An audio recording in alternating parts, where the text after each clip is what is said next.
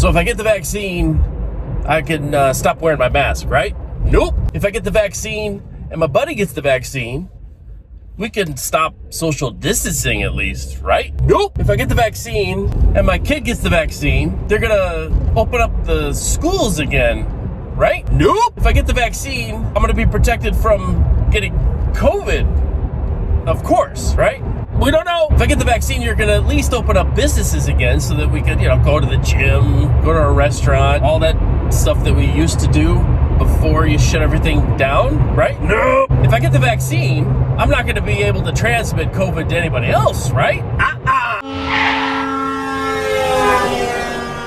Hello everyone, welcome to Driving While Josh. I'm your host Josh. We are broadcasting live from our mobile Honda studios, sponsored by Civic. Now, quick caveat to that, because I had a friend tell me, hey, you're gonna get in trouble someday with Honda.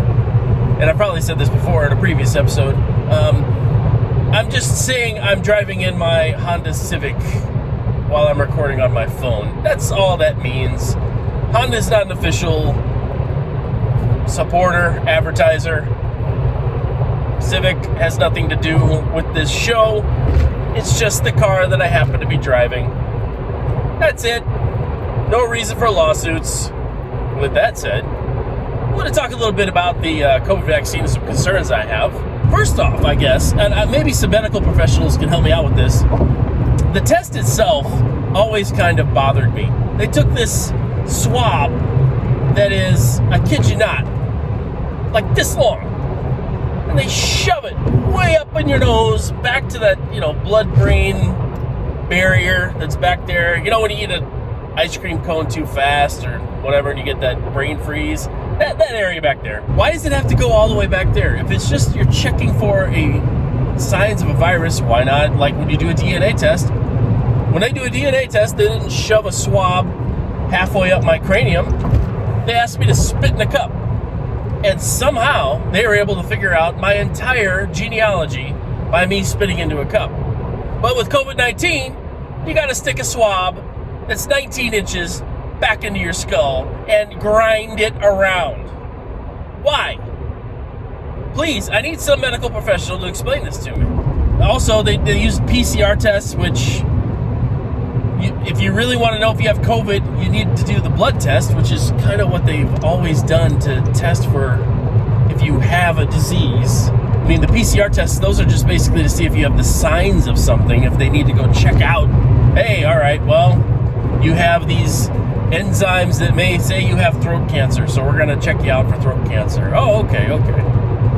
Versus taking blood out and saying, you know what, you probably have throat cancer.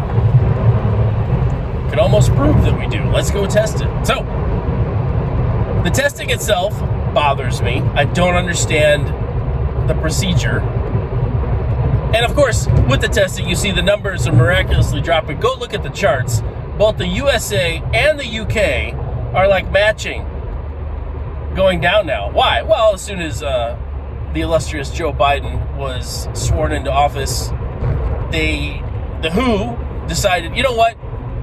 This testing method that we're doing doesn't make a whole lot of sense, because with the PCR test, all they're doing is taking a sample and just kind of multiplying it until they get signs of something that they're looking for, right? You may have a tiny little chunk of dead COVID somewhere back in your nose, and they're going to say you're COVID positive. If you're a medical professional, please correct me. I always love to learn. I'm very teachable. So the WHO, they're saying, you know what? We may be having a lot of false positives here because of the nature of our testing. Perhaps if the person comes in and they test positive for COVID, oh, come on, dude. There was absolutely no room for you. That was dangerous. Dude! Gonna kill us all. Unbelievable. Every morning, ladies and gentlemen, without fail. The WHO is saying they may not have a viral load that is either A, contagious, or B, will even affect themselves, right? So if they come in and we do that, 19-inch swab test, or if you're in China, want to fly on a plane, bend over. That'd be a lot of fun. I think that would thwart travel for me. Hey, you want to get on this plane? Drop your shorts. Let's see what's going on. Oh, dear. Oh dear. Moon River. Using the whole hand there, Doc. So we would just say, Fletch fans, I hope you caught that one. They're like, yo, maybe if they show symptoms like they have a runny nose, fever, cough, achiness, whatever it is, trouble breathing, sneezing profusely, and they test positive with this PCR test, then we'll do the other test, the ACR. I can't remember the name of it. But anyway, it's like the blood test, and they say, okay, we're going to test your blood to see if you actually have this disease. And then we'll call you COVID positive. Now, that didn't happen at all last year. No. It was just, hey, we've got cases and cases and cases and cases, and it's spreading like wildfire. We have to have all these shutdowns and all these restrictions because of how prevalent and how deadly this is. It's going to kill us all. But then we look at the actual mortality in America. We're not too far off of our normal death rates. And what's hilarious, too, is they say, oh, COVID, look at all these people it's killing. The average age for a person dying of COVID is, 82? Which just so happens, ladies and gentlemen, to be the average age of anybody dying. Go figure.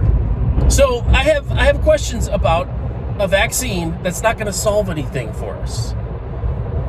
And those of you that voted for the illustrious Joe Biden and your $2,000 checks and your school's open in 100 days and all this other nonsense that he promised, that now they're like, well, maybe we'll have some schools open by April, hopefully most by Thanksgiving. And our $2,000 checks, well, no, we need to impeach Trump first to make sure that people like him don't run for office anymore. Can't have that.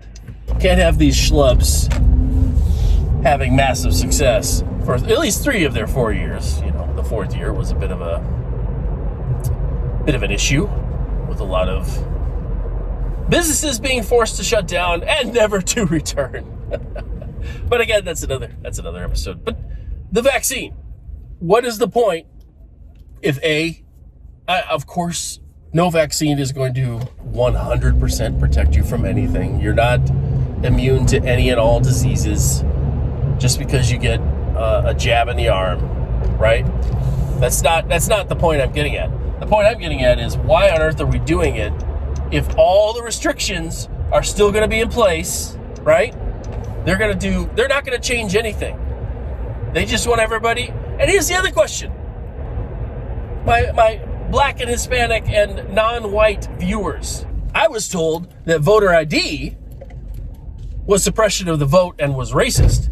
But now they're talking about you've got to have a immunization ID. You got to prove that you've gotten the jab, that you're safe, that you won't spread the deadly COVID. Isn't that racist too? No? Yes?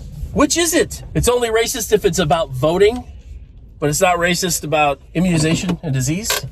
You got to help me out with this. I'm genuinely confused because the goalposts keep moving. Oh man, look at that hair. Woo! I'm gonna have to get to the Steven Seagal ponytail here soon. Gotta get this haircut. I don't know. I thought I'd grow it out and look cool, have a nice lion's mane. All it does is shows that you're getting balder. Where your hair isn't growing when you grow your hair long when you're a man of my age, which of course is 29. So immunization, vaccines, and the testing. Something doesn't add up. Is it just me? I don't know. You guys help me out. I have questions, and there's very few solid answers. And here's the issue that I always have. Anytime the media or big tech or whatever suppresses information, suppresses dissemination of some video, idea, article, speech, whatever it is, that's when my ears perk up, because I'm like, why are they suppressing that? Oh, well, it's dangerous what they're saying. Well, okay, can't we discern that for ourselves? I don't need you. I'm not sheep. I don't need you to hold my hand. Okay. I don't need you to walk me as I'm blindfolded through the minefield of life. But, if you're lying to me, which, the MSN, come on, MSM, Do they really ever tell the truth anymore? Have they ever told the truth in the past? I don't know. But I digress. Vaccinations. I'm skeptical that these are going to work or are effective. And they seem experimental. It's not a true vaccine. They're inserting an mRNA sequence strand into your body, which is going to tell your DNA, hey, produce this type of protein or whatever it is. Now, they say it's to recognize the coronavirus and be able to attack it. Okay, I understand the logic behind that. I'm not sure that has been proven, tested, and something that we should trust in when it showed up less than a year. We have a vaccine in less than a year from it becoming a prevalent pandemic. And that concerns me because the earliest any vaccine has ever been approved has been 12 years because it has to go through trials, tests, long-term effects, all these other things. This sucker, less than a year, has showed up, and now everybody's like, oh, put it in me, put it in me, put it in me. You have no idea what it's going to do to you. Oh, it's going to protect you from COVID. You don't know that. They don't say that. It's a guarantee. I don't know. Medical professionals, help me out. That concludes this episode of Driving While Josh. Take care.